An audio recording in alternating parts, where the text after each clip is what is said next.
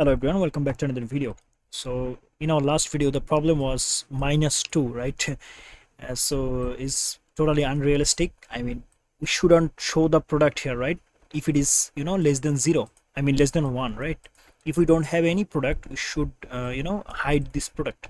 So how actually you can do this? So you have to solve it, right? So here you can see we have fetched the data in index.php, right? So if I go to index.php, and here you can see I have for the category I have said that select start from product, where category name is equal to category name, and otherwise it will actually show all the products. So here we have to change in two places.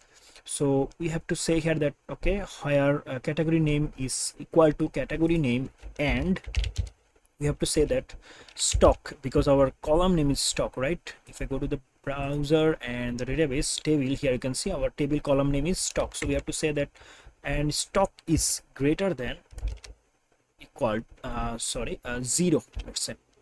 Okay, stock is greater than 0. Okay, so when the stock is greater than 0, that time actually we will show the products, otherwise we will not show the products. So let me just copy from here and I will paste it here. Let's say here we just have to remove this. That's it. So we will show all the products, okay, like this. Now let's go here and refresh. Okay, now you can see there is no product. If I go to the mouse also category wise, here you can see there is no product, right?